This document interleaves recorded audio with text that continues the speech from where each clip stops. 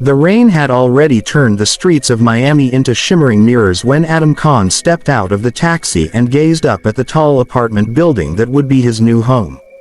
It wasn't luxury, not even close, but it was cheap, close to his new job at the port, and available immediately. Apartment 4B. That number would soon become a nightmare. Adam wasn't the type to believe in ghosts. He had grown up hearing stories from his grandmother, stories of spirits, shadows, jinns that followed people home, but he had always laughed them off. Miami was supposed to be his fresh start, a place where he could focus on work, save money, and forget the failings of the past year. When he entered the building lobby, a strange stillness greeted him. The security guard, an old Cuban man, sat behind the desk, flipping slowly through a newspaper. He looked up, stared at Adam for an uncomfortable moment, and then asked, "You're the guy moving into 4B?" Adam nodded. The guard didn't smile. "Try to keep the noise down," the guard muttered. "People on the 4th floor, they're sensitive." Adam didn't understand what that meant, but he just nodded, grabbed his small suitcase, and headed upstairs. The elevator was out of service, so he climbed the dim stairwell, listening to the faint hum of building pipes and the occasional gust of wind pushing against the windows. The corridor on the 4th floor was strangely cold. Miami never got cold, yet here, the air felt chilled and stale, as if no one had opened a window for decades. Apartment 4B was at the very end. When Adam unlocked the door, a musty smell greeted him: dust, damp wood, and something else he couldn't identify. The room was small but functional. One bedroom, a tiny living space, and a narrow kitchen. The landlord had left an old lamp on the counter, already plugged in. Odd. He explored the place slowly, setting his bag down and wiping dust off the counters. When he reached the bedroom, he noticed something strange: deep scratches along the wooden floor. Not the kind furniture makes. These were uneven, jagged, almost like claw marks dragged in frantic patterns.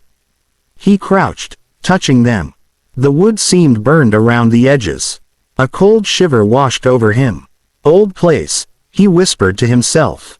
"Probably a dog or something." But even he didn't believe his own reassurance. The first night, the building felt too quiet. Miami was always alive with noise, traffic, music, people shouting from balconies, but here, it felt like he was living underwater, the world muted. At 2:13 a.m., Adam woke up to the sound of footsteps. Slow, heavy, walking in the hallway outside his door. He sat up, listening. Thump, thump, thump. Then they stopped, right outside 4B. Adam held his breath. A long silence. Then, knock, knock, knock. 3 slow taps. His heart hammered in his chest. He grabbed his phone, checking the time again. Who would knock so late? He waited, but the knocking didn't repeat. He approached the door, looking through the peephole. No one was there, but the corridor light was flickering, pulsing like a dying heartbeat. Probably the old wiring, he whispered, forcing himself to relax. He locked every bolt on the door before returning to bed, but sleep didn't come easily. Every creak, every whisper of the wind felt amplified. He sensed he wasn't alone. The next morning, he asked the security guard casually. "Hey, anyone walking around last night? Someone knocked on my door around 2. The old man froze. His face tightened. Not surprised, but resigned. "Nobody knocks at 4B, the guard said softly. "Nobody." Adam frowned. "What do you mean? You should ask the landlord," the guard muttered, going back to his paper. But the landlord didn't answer Adam's calls. That evening, after returning from work, Adam found something terrifying. His bedroom window, locked in the morning, was wide open. The scratches on the floor looked darker. And on the wall above the window, something new had appeared. 4B belongs to her. The words were faint, like written in charcoal, but unmistakable. A wave of icy fear struck him. Someone must have broken in. He searched the apartment top to bottom. Closets, kitchen, bathroom, nothing. No sign of forced entry. He called the landlord again. No answer. He decided to sleep in the living room that night, keeping the lights on. But around 1:48 a.m., the lights began flickering. A cold wind swept through the apartment. And then he heard it. A whisper. At first it was too soft to understand.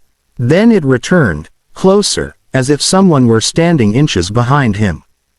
"Get out." Adam froze. He didn't turn around. He couldn't. His breath shook as he slowly reached for his phone, but before he could call anyone, he saw it in the reflection of the TV screen. A silhouette, tall, female, hair hanging down like dripping ink. Standing directly behind him. He spun around. No one. The apartment was empty. The silhouette had vanished. But the floor was scratched again. Fresh marks. Deeper. Dash dash dash. The next day, Adam stormed to the ground floor, demanding the landlord's address. The security guard sighed deeply. "You won't find comfort in the truth," he warned. "Tell me," Adam insisted. The guard rubbed his temples. "Last year, a woman lived in 4B. She kept saying someone was inside the apartment with her. She told neighbors she heard footsteps every night, saw shadows, felt someone breathing beside her bed." Adam swallowed hard. What happened to her? The guard's face darkened. "One night she jumped from the window." Adam felt his stomach twist. "She left a message. Burned into the wooden floor with a lighter." He paused. It said, "4B belongs to her." Adam staggered back. His apartment. The same words. "Who is her?" Adam whispered. The guard shook his head. "No one knows. But the woman said she saw her. A dark shadow with long hair, watching her sleep." Adam didn't say another word. He ran back upstairs with only one thought. "I'm leaving tonight." Dash dash dash. But the apartment wasn't finished with him. As he packed his bag, the lights went out. The room fell into suffocating darkness. Then, screech. A long, sharp scratching sound traveled across the walls, circling him. Adam's breath caught in his throat. He used his phone flashlight, sweeping it across the room. Nothing. Then the bathroom door slowly creaked open by itself. "No," Adam whispered. The mirror inside was fogged, as if someone had just breathed on it. He stepped closer. A handprint appeared on the glass. Long fingers, dripping black liquid. And then words formed beneath it. "Stay. My home. My floor. My breath." Suddenly hands, cold, bony, invisible, grabbed Adam's shoulders from behind and yanked him backward. He fell to the floor, scrambling away. And then he saw her. The woman from the reflection.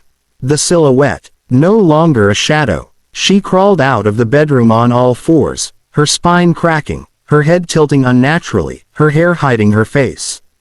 A deep, wet sound gurgled from her throat.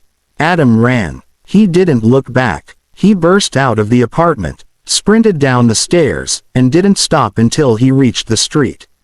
When he looked up at the building, the light in 4B flickered violently. Then the window slammed shut. Dash dash dash. Adam never returned to the apartment.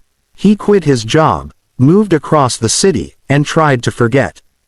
But sometimes, late at night, he hears knocking on his new door. 3 slow taps. Knock. Knock. Knock. And every time, when he looks through the peephole, there's no one there. Only the faint reflection of long black hair drifting behind him. The darkness isn't over yet. Subscribe for more haunting stories. And remember, the shadows are always watching.